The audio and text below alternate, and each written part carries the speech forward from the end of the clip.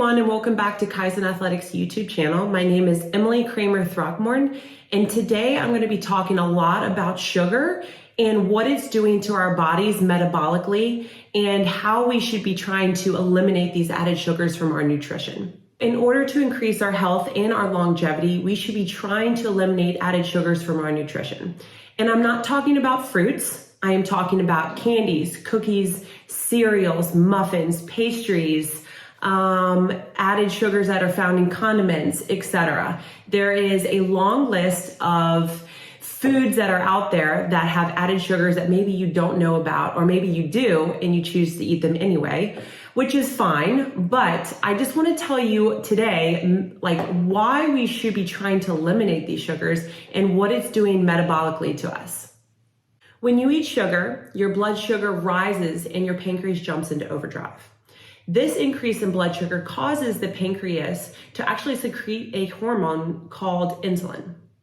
Insulin's job is to get that sugar out of the bloodstream by actually delivering it to cells where it uses it as energy. Now, if there's no demand for energy, the problem is that is now stored as fat. Another problem is when it's stored as fat, it's actually turning into this toxic sludge that we need to remove. In efforts to try to remove this, our body is trying to go into homeostasis. When it goes into homeostasis, it's releasing two extra hormones. One is going to be cortisol, which is your stress hormone, and the other one's going to be adrenaline. Now, the problem with this is going to make your heart rate go up very, very high, and you will also feel flushed, and maybe you'll feel nauseous. Another word for this is actually going to be called a sugar high, which you probably have heard many of times before. The problem is after you've had that sugar high, you then have what we call a sugar crash.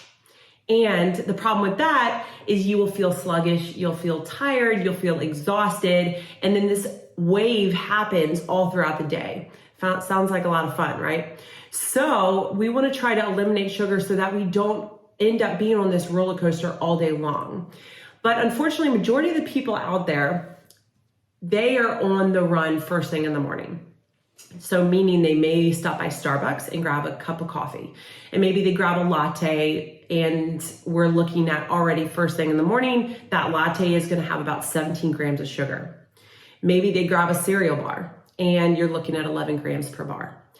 Maybe they have a bowl of granola and you're looking at 40 grams per cup. What a rough way to start your day, because as you're consuming those sugars, your body's now trying to recover from that sugar high, you have that sugar crash, and it's this constant loop that you're in.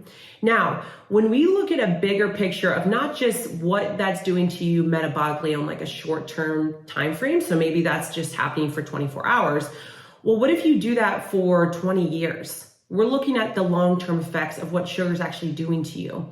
And the problem with sugar is it's actually the culprit for many diseases out there. We're talking heart disease, cancer, diabetes, Alzheimer's disease, fatty liver disease, and much more. So we're not just looking at, oh, we had a candy bar for lunch and it made us feel really terrible afterwards. We're talking about the long-term effects if you had that candy bar, let's say 3 times a week, or maybe once a day. I'm not talking about once in a blue moon, like maybe once every 2 months, you have a nice sweet treat when you're out on a date night. That's fine, because that is the anomaly. That's not happening all the time. So I'm not saying you shouldn't have sugar or you can't have sugar ever again. We're just simply saying that we're trying to educate you on what sugar does to our bodies and why we should try to eliminate those. So a good way for you guys to start is by having a food journal, and maybe a 14-day food journal is the best way, because then you can kind of see a trend, some consistency. So it's a great way to kind of keep track of what you're consuming and if you are having sugar in there. And sometimes when I ask our athletes to do this, they say, oh, I eat really, really well. And then they do this food journal and come to find out they're having coffee with a teaspoon or a tablespoon of sugar first thing in the morning, or they're having a pastry every single day after lunch. And they don't really realize it because maybe that's a habit for them. But when I ask them to write it down and they're more accountable, they notice maybe that they have snuck some more sugar in that they don't know. Now, a good place to start, as well as this food journal, is to maybe look at the biggest thing that you see in your nutrition for your daily intake and see the most egregious things. So maybe you see that you have a cup of ice cream every night before bed. Well, maybe we try to cut that back to, instead of every day, we cut it back to 4 days a week. Or instead of having that cereal bar on the way to work, we replace it with eggs and bacon. Or instead of having that soda for lunch, we replace it with sparkling water or with a flavored water, or maybe you put electrolytes in your water to give it some taste and to give those nutrients back into your body. Or maybe you replace your desserts with some fresh fruits.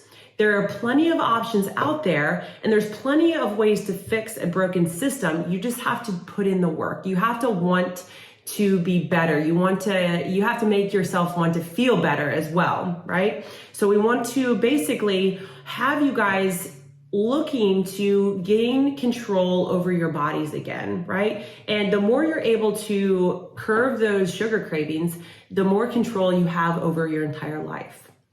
Real quick, I wanted to put out 2 or actually 3 suggestions for some education or maybe some better insight from more educated individuals. So I highly recommend you guys listening to Gary Taubes. He talks about The Case Against Sugar. That's the title of his book, and he also does a video on it as well. It's about an hour long, but I always highly suggest our athletes to take a look at this. He really breaks down on how we all started in taking more sugar, what the problems are, how it's affecting us, and what the long-term effects are of intaking a lot of sugar. Another great book is going to be called The Diabetes Code, and that's by Jason Fung. And another great read is going to be Misguided Medicine by Dr. Colin Champ, MD. Okay, so we all know how to eat and drink really well. We just sometimes choose not to. Okay, so take control of your health again and stay focused on the things you can actually control. Food, drink, exercise. Those are the things you can control. Everything else is typically out of your control. Focus on yourselves and good things will happen. Thank you so much for tuning in to this week's episode. Please be sure to like, subscribe, and share to your friends and family. Hopefully they learned something from this. Hopefully you guys understand a little bit more about sugar and what it's doing to your body every time you decide to take some maybe candy bar, cookies, crackers, cereals, all those processed foods we're trying to eliminate. Hopefully this gives you a better idea of what's happening inside of us that's ultimately going to affect our health and wellness. See you guys next time.